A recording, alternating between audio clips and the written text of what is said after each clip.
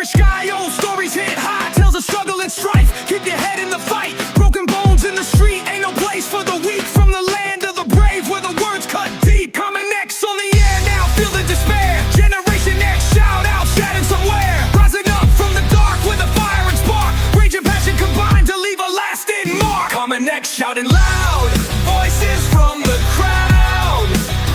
Through the mist of... Welcome to Common X Podcast with Jared and Ian. This is episode number 28 already. Okay.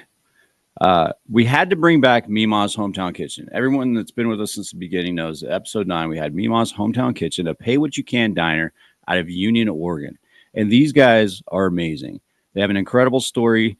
As you know, most of us are solid listening base, but we have some updates. Since episode 9, Jared and I have been following Meemaw's Hometown Kitchen, and we have just seen some amazing things. How you guys doing this morning? Doing good. How are you? Awesome. Oh, we're hanging in there.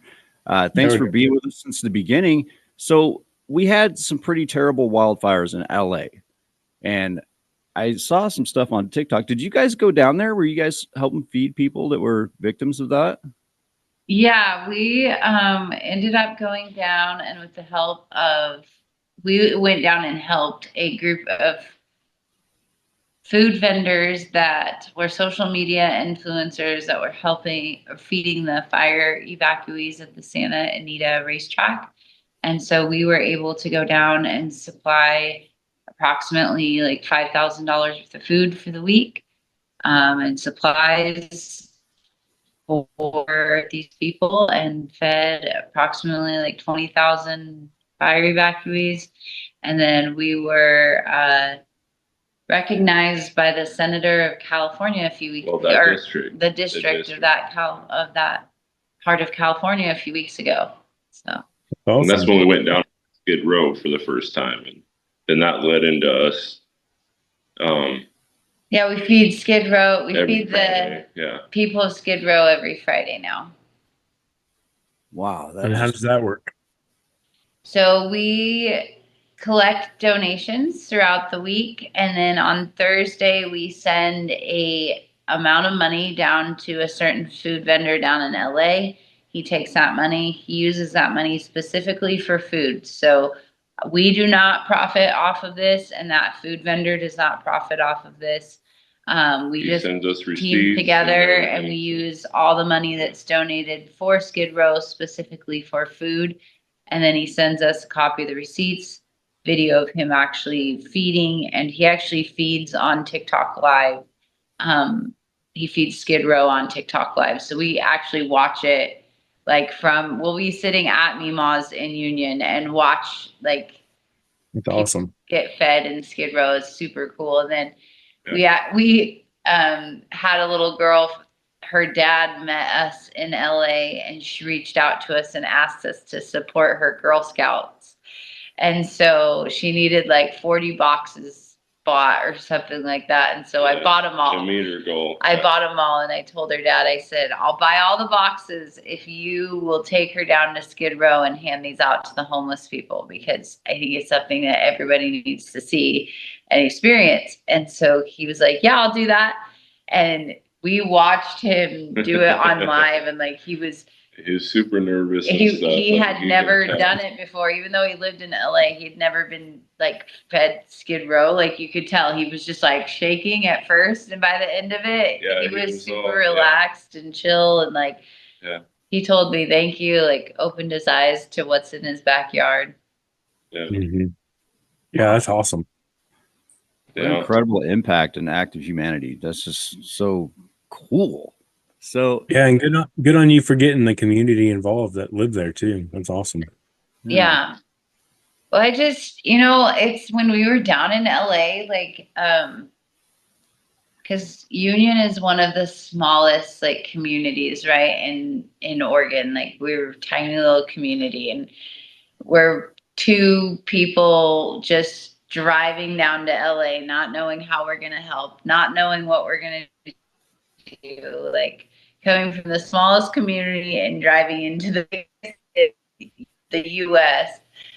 But that small community, they like came up within a couple days. They came up with a whole trailer full of supplies and hygiene products and everything else, and then cash to even go down there and help people. And yeah, it was amazing how our little small community, you know, came together and was able to feed 20,000 plus people down in one of the biggest cities in the world. So well, and it like the people that are on Skid Row, I think we as Americans just want to label them junkies. But what I learned when I was down there is that like these people are generational. Like they may never have done a drug in their life, but they live there because they were born there, or they live there because their mom was there, or they live there because that's what they know.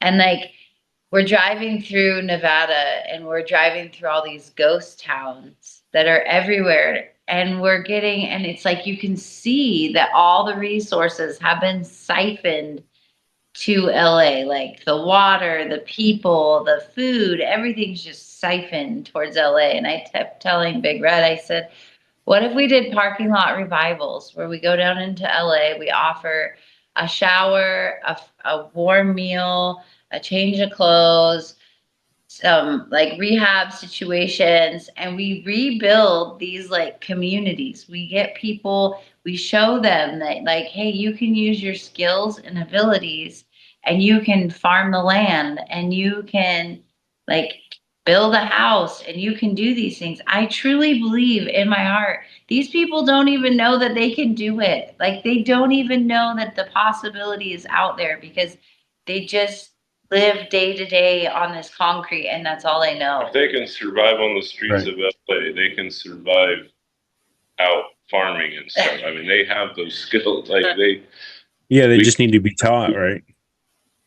So that's one of our goals, is to try to maybe start these communities, like smaller towns, you know, like pull those people out of poverty, show them to live on their own. That's awesome. So we've gone from feeding the kids to like I still feed now I feel like we're kind of organizing. We're kind of the administration of helping people and moving along here. That's incredible. That's our long-term goal, definitely. We've actually sold our home and are getting ready to travel the US and either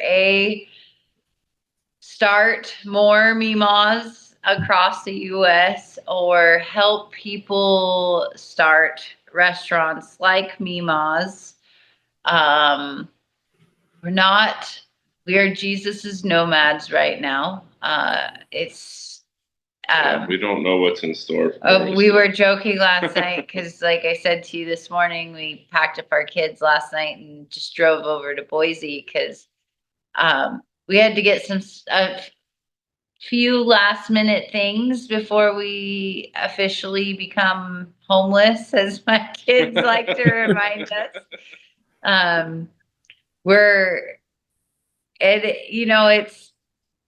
It's such an amazing thing to watch. Like in the 6 months we've come from just like, yeah, I just kind of want to feed people to like, I am going to feed people across the US. Like I'm going to do it.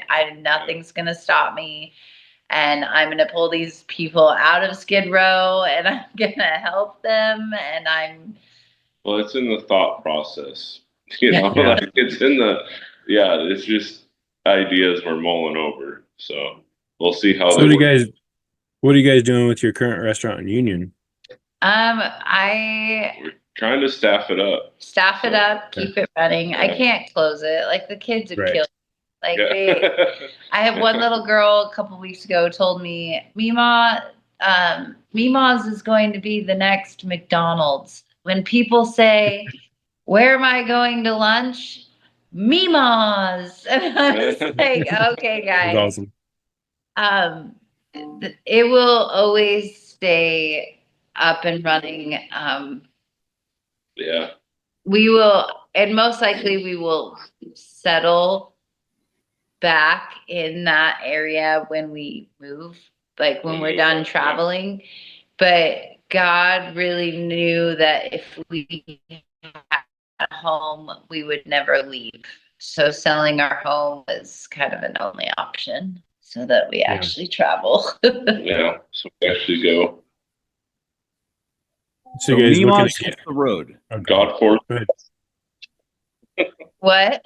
sorry. So Meemaw's hits What the was that? road. Oh, Meemaw hits the road. Yeah.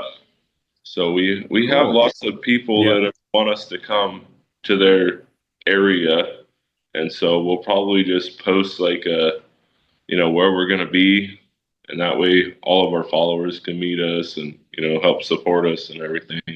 Living in a very small town, I guess I didn't realize how big or how many people knew about Meemaws because we live in a small town, right? So like it's not a big deal. Like Everyone knows us anyway. nobody talks about what I do. And I mean it's like I don't even honestly it social media influencing like is not realistic for me in Union because it's people No one don't even has people social don't media. care. Like they just don't Right. not interested.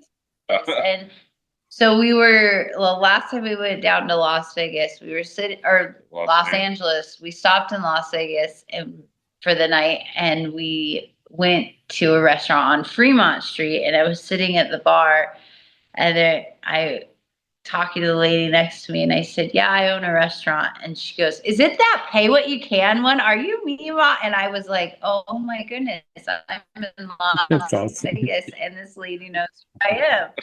And I was like, I think I'm actually a little bit bigger than I realized. And then we're driving through Los Angeles and somebody takes a picture of my car and puts it in their story on Instagram.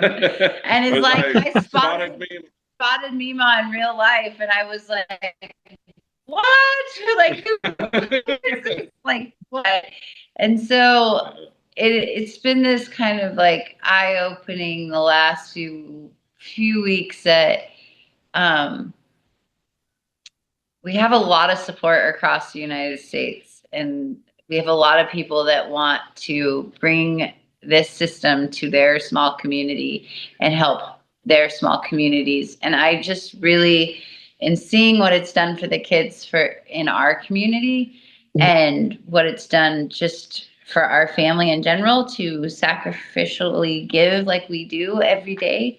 I want to do that for people all over. Like I want to help people get on their feet. I want to help people establish a pay what you can restaurant.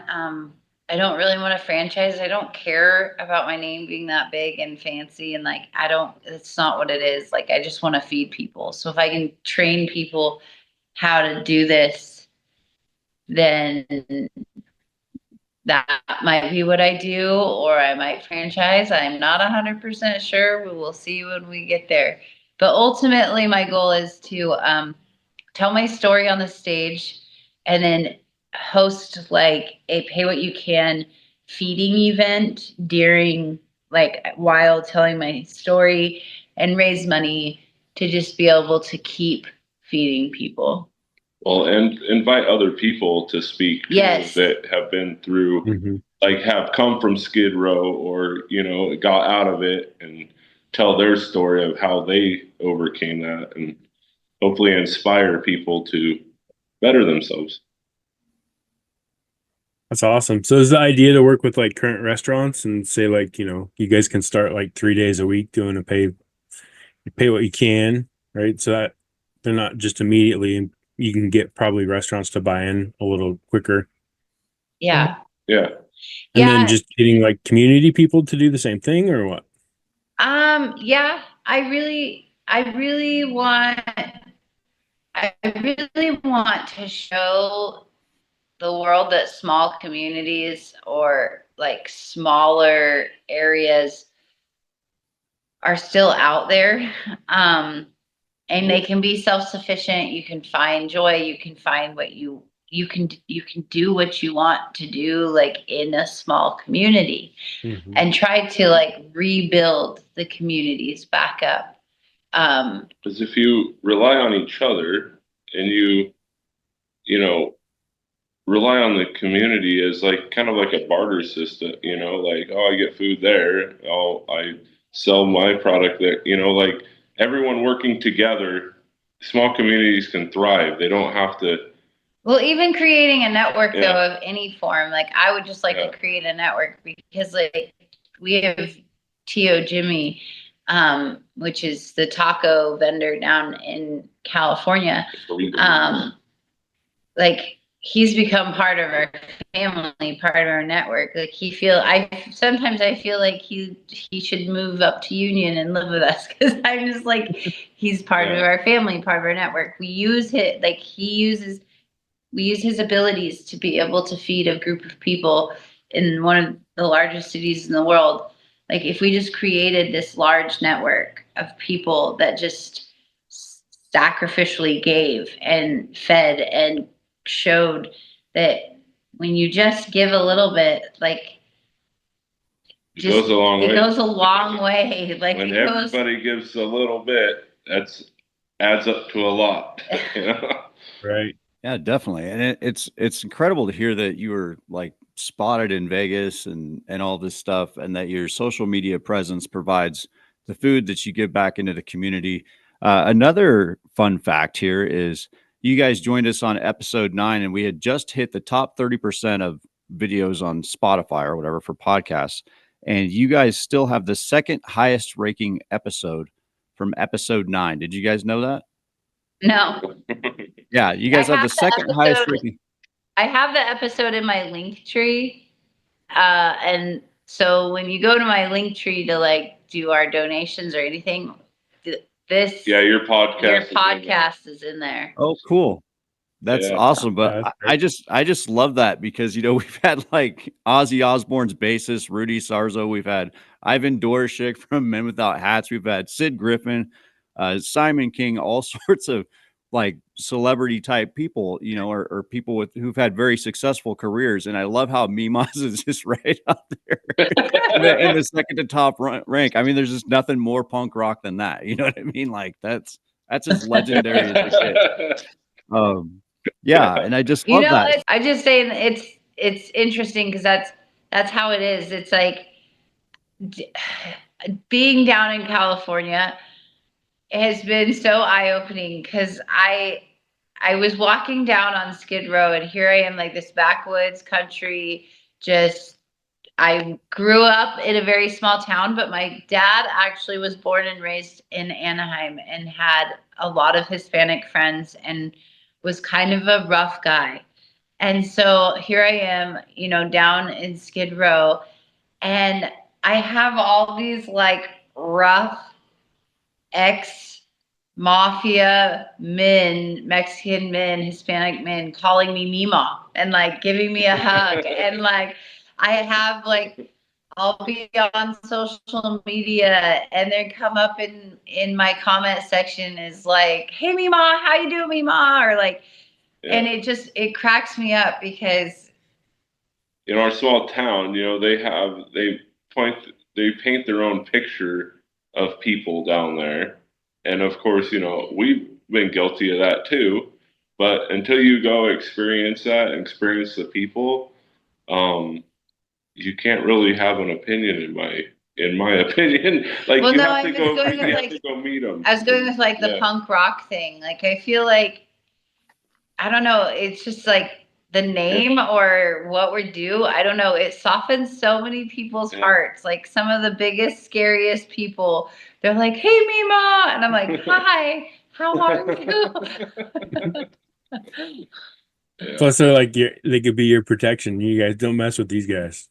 Well, they do, like really, because actually one of the guys that we worked with, he ended up like kind of being a scam, and he didn't end up like scamming us out of a ton of money, but he didn't do what he was supposed to do, and I just left it at that and just kind of ignored it.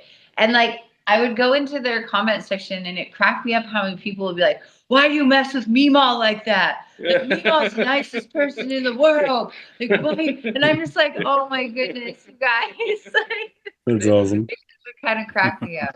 So I remember we talked about this in the last episode, the impact on your daughter with this, with the whole Meemaws thing in the beginning. Has that changed, or how has that progressed?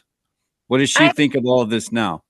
I think she thinks it's cool. Like actually last night we were out to dinner and she herself said, I said, nothing in our life has really changed. And she said, I think you're wrong, Mom. A lot in our life has changed. And I said, oh, well, is it bad stuff? And she said, no, no, no. And like they're super excited about traveling and they love it. And I mean, I don't know. They seem fine. They tell us I can't wait for him to see Skid Row and our son went with us to LA and that was really like life changing for him. He really saw like what we're doing and how it's affecting people and like that. Our daughter that called me Meemaw first, and now everybody in the world calls me Meemaw. Like that doesn't bother her at all anymore. She thinks it's kind of funny and cool. But she is actually super excited about traveling. Like she was the first one to clear out her room and like get her. She's like, let's go. Was like, let's go. We're on the road. And I know within a day she's sleeping on a mattress on the floor. We're like, what happened? Yeah, we bought them all suitcases, and they like, literally almost all started tearing up. They're like, we've never owned a suitcase, and our own suitcase. They seem like. I even asked them the other day. I said, "So what if we have to sleep in our car for a few days?" And they're like, "Well, whatever." It's just going with it. They're just going with the flow. So. Yeah. So you guys have this like all laid out, like where you're gonna start and where you're gonna head to and all that, no. like a kind of a. No, we don't. No, we don't do anything on a plan. No, we actually don't know about that. No. We actually, if you want to know the truth, we actually don't even have a travel trailer yet. No. Our house closes like any time now. Our house closed in a matter of 3 days. Like nice. It was like. Well, it was sold within like 3 days. And it's been a little less than 40 days since everything, and we're getting ready to close. And we have a truck, like we're gonna swap trucks with his grandpa. And so the guy who bought our house doesn't really need us to move out of the house right away. So he's like, whatever, like whenever. And so we're gonna go take a couple week vacation to LA and California and take the kids. And it's gonna be more of like a fun trip where we're not doing work, even though we will probably still be working. And then we're just going to take us to go where the Lord takes us, which you never know with us. But we really feel pulled to Albuquerque, New Mexico. So I don't know why. I don't know what's there. I don't know what we'll do there, but that's where. Yeah, around La Cruces and Albuquerque are two places that we're going to head up and see what we can do there. See, one of our first stops. Awesome. So did you guys kind of develop a bond with LA after feeding emergency personnel and everything during the wake of the wildfires? Like, did we a connection with LA? Did you say? Yeah. Did you guys kind of form a connection with LA after going down there and feeding emergency personnel and all that? Well, when we first went down for the fires and we left there, it was like, oh, we felt really heavy. Like we left half our heart there. Like it was like, Derek always had a misperception of California and like the people of California. So I would literally drive around California, like extra hour out of my way to like avoid going into California. Like I was one of those. I will never go there. Never set foot in California. Yeah, I never set foot there. And when we first got there, we connected with some just like really great, wholesome, like people that believe a lot like us and think a lot like us. And so when we went back down the second time to feed Skid Row, we really felt like we left half our heart there. Like we connected with a great group of Hispanic people. Like we are literally the only white people in this group. Like it's so funny. Like we just laugh. They don't care. We don't care. Like All right. and so yeah, like we feel like we have a family there, like a group and a connection there. But it is interesting because like his family was born and raised in California, and so were mine. And my dad's side. there's a part of my story that like I'm not public with because of my own, like, it's not bad, but just for the respect of some people, I choose not to give the full details of that part of my story. And it has to do with my dad, my dad's past and living in Anaheim and the people that he was involved with. And so, like, the only person in my life that I've ever known to be called Meemaw was my dad's mom, who lived in Anaheim and lived in LA, and she fed the homeless, and she was a CNA, and she worked down there. And so like I told Big Red last time we were there, I said, I just feel like I'm here to finish something, or I'm here to like the Lord needs me here to finish like my grandma's work or something. I don't know. It's just this weird connection that I have to help these people on Skid Row. Like my heart is just like, her dad would have been on Skid Row. Yeah, like my dad told me, like he would have been on Skid Row. Like he was on the Skid Row in Portland, and and so he would have been on the Skid Row in LA. And my parents got divorced when I was 4. I really never knew my dad. I reconnected when I was 18. Like he apologized for everything he did to me, like, and abandoning us and everything. And so I don't know. There's like this weird connection for me with my family in LA that I will keep going there because my heart is there. Like, and there's no shortage of people to help there. So, right. Our show's kind of evolved a little bit, so we do something a little bit fun now, a little bit different since the last time you guys were here. We do a little segment called Jared's 5. Jared's 5.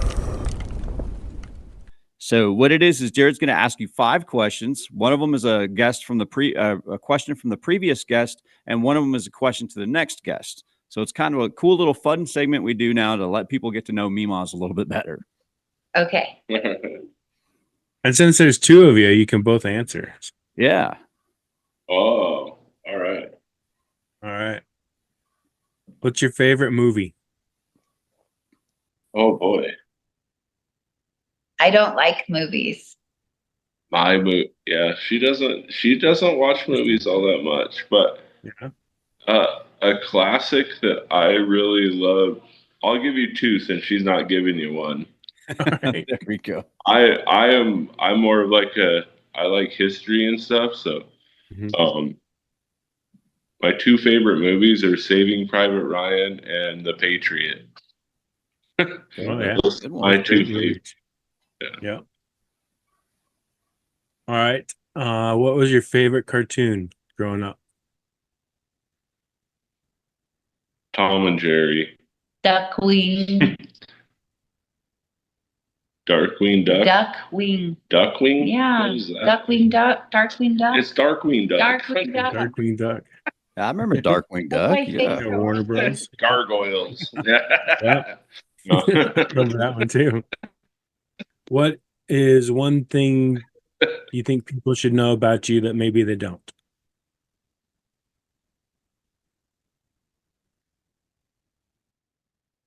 It's really hard because there's not much you know. Yeah, we're pretty transparent. There's not much people don't know about us.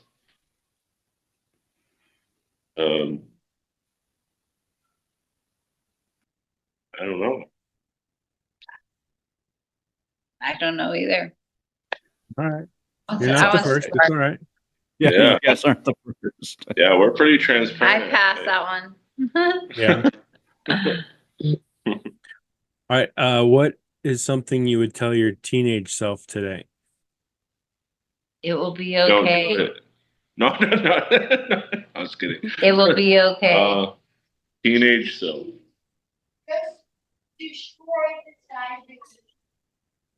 Well, I probably would tell him. I would probably tell him to date that girl in high school. Don't mess because we've actually met in high school and we decided not to date each other. Our friend tried hooking us up in high school, and we were like, we were a little too vain, but I would probably tell my teenage self to nope, date that girl. Go after her. Yeah. All right. So the question from our last guest was, if you couldn't live in America, what country would you live in? And he is from the UK, so I think that's one. Norway.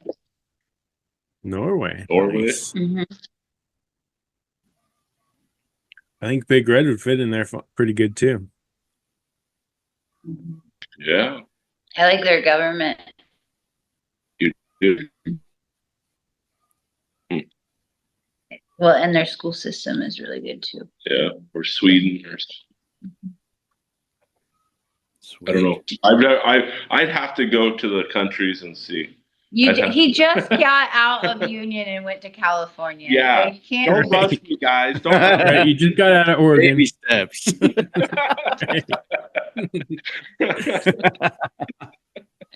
That's awesome. All right, and then the next for you guys is, what question do you want our next guest to answer?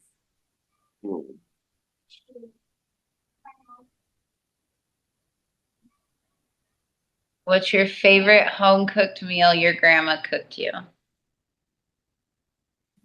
Nice. Awesome. I think you should do the best and the worst.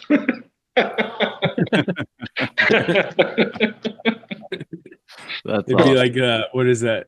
Family Vacation, the Jello with cat food in it. Yeah. Yeah, exactly. The box is leaking, Grandma. The box is leaking. If I had a favorite movie, that would be it.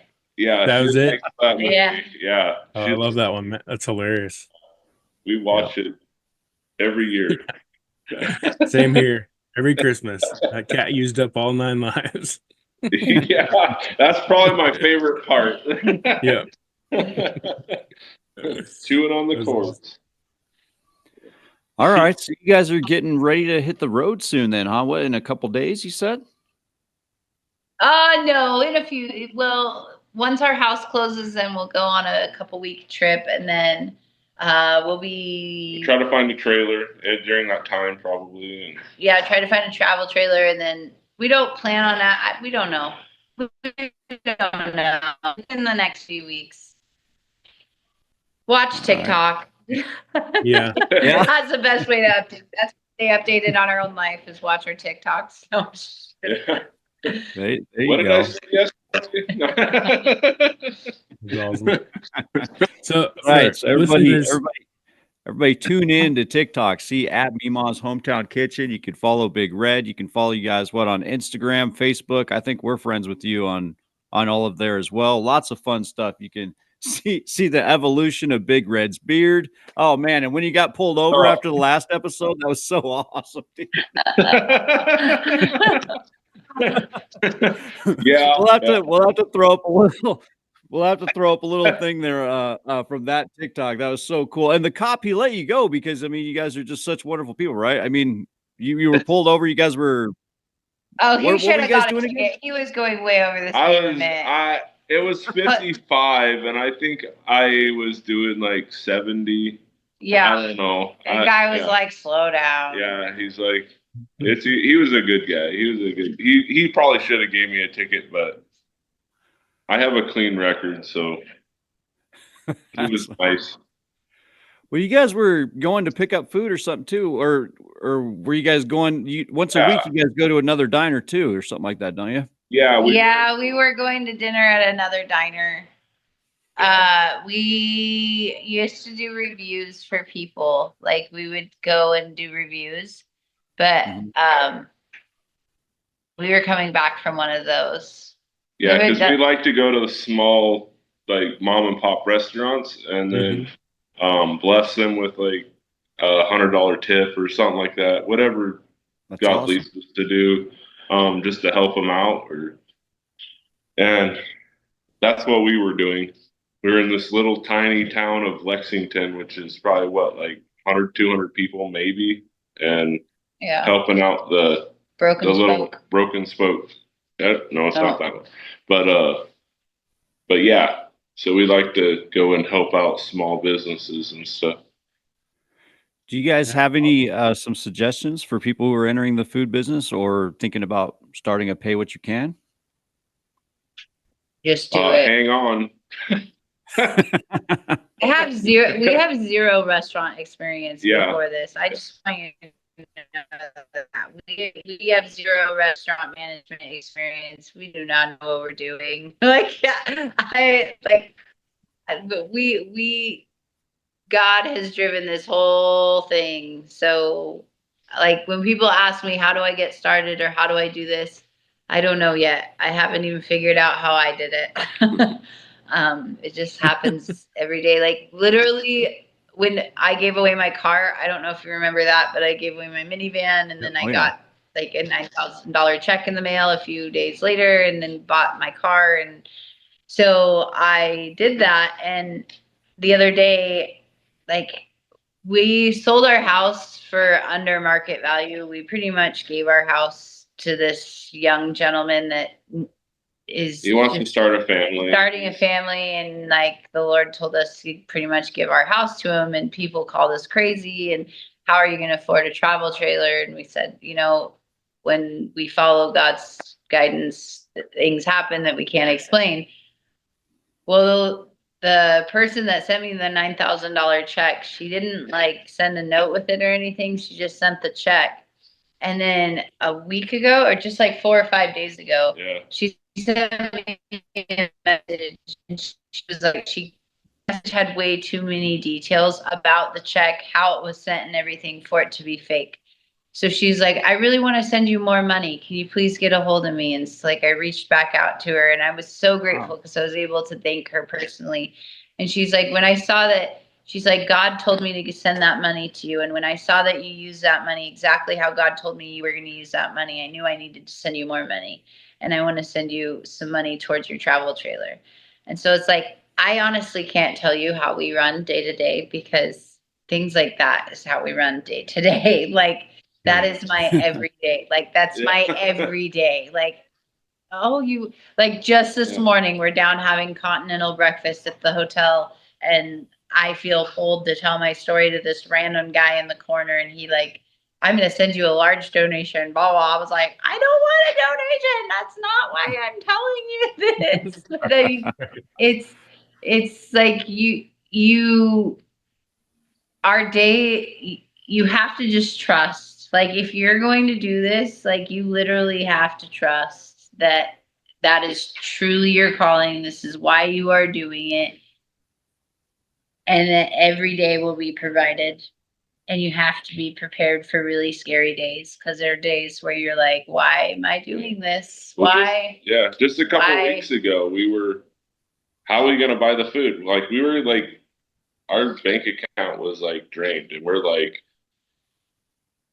we have no way of like buying food for this week. And some lady in Austria sent us $1,000, and we were able to keep feeding people. And we didn't make a post or anything saying that we were low or anything. That's just how it happens. Like, it's always. I checked the account and it was $1,000 from a lady in Austria. And I said, I felt led to send you money today. And well, thank you. You just paid for my week's groceries. Yeah. So that's how it happens. So with you guys being mobile now, going forward, like if our listeners wanted to, help out and donate to you guys, do you have a way for them to do that? Yeah, it's on our link tree. So our link tree is posted in our bio. It's posted everywhere. There's multiple links in there. You can go donate. to my website, meemaws.com also. On our link tree, you can donate towards specific projects. Like if you want to donate towards Skid Row, you want to donate towards our traveling expenses, you want to donate towards just helping feed the kids, like anything like that. There's one for covering a kid's lunch in there, so people can help pay for the kids' lunch, because on school days we literally feed 10 to 40 kids for free. Closer to 40 on school days. Yeah. Non-school days it's about 10. Well, actually we feed probably like 80, because we feed 40 at lunch, and then we feed 20 before and 20 after school. So it's more like 80 kids on school. It's more like 80, I guess. 80 meals. So. Well, there you go, everybody. Be kind to one another. It pays off. Thanks for joining us on Common X Podcast with Jared and Ian. This has been episode 28 with Meemaw's Hometown Kitchen. Love you guys. All right. Thank you. Thank you. Thanks, guys. Hey, everybody. Thanks for tuning in today to the podcast, Common X with Jared and Ian. We really appreciate you guys and would love your support. So make sure you click that subscribe or like button, or follow us on all our social media platforms and on YouTube and Spotify, because that would really help us out. And that helps us bring more episodes to you guys every week, and hopefully from, content that you guys want to see. So reach out, TikTok, YouTube, leave comments. If there's anything that you guys want to see or any guests that you want us to try and get on, let us know. We do have a good lineup coming. So thank you again. We love you guys. Thanks for your support. And we'll see you next time. And remember, common sense isn't that common. So that's why we're bringing common sense back from Generation X.